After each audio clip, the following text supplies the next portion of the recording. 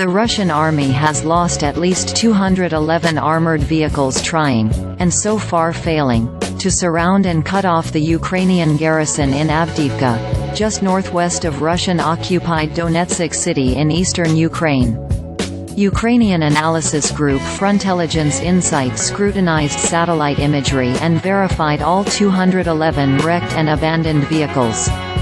Its tally aligns with a U.S. intelligence assessment, which concluded the Russians have lost 220 vehicles around Avdiivka, and 13,000 people, too. Most of the losses occurred in the first month of the Avdiivka battle starting in early October. After a few weeks, desperate Russian commanders switched up their tactics, and sent in the infantry on foot. The vehicle toll surpasses Russian losses in any other single battle, Frontelligence reported, making it the most devastating battle for Russian forces in terms of vehicle losses. Losing at least 211 vehicles and 13,000 soldiers killed and wounded amounts to the complete annihilation of 5 battalions, according to Frontelligence. This represents significant losses in both equipment and personnel. Considering the achieved results, the roughly dozen regiments and brigades the Kremlin has staged around Avdiivka have advanced a mile or so north and south of the city but haven't made inroads into the city itself, or cut off its main supply lines. This could change. The Russians made another big push toward Avdiivka on Tuesday and advanced a few hundred yards into an industrial park southeast of the city.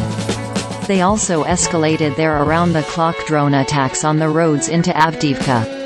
But the math is brutal for the Russians, and helps to explain why the front line in Russia's 22-month wider war on Ukraine mostly has frozen in place in the aftermath of Ukraine's disappointing summer counteroffensive.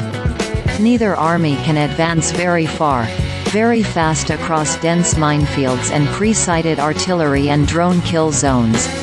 After sustaining heavy losses, it remains unclear whether Russians will be capable of exploiting their success, even if Avdiivka will be eventually occupied by them, Frontelligence concluded. To enter operational space and advance further, they would require combat-ready troops consisting of multiple brigades. But it's getting harder for the Kremlin to equip new brigades as its losses deepen. The Russians have lost thousands of tanks and fighting vehicles in Ukraine. Average monthly losses of the main BMP fighting vehicles exceeded 100 before the attack on Avdiivka, now they're higher. But Russia's main BMP factory, Kurganmashzavod, produces just a few hundred new BMPs a year.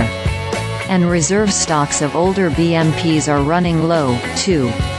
One analysis of satellite imagery found just 586 old BMPs left at the sprawling 769th storage base in Ulan-Ude, more than half of which seem to be beyond repair.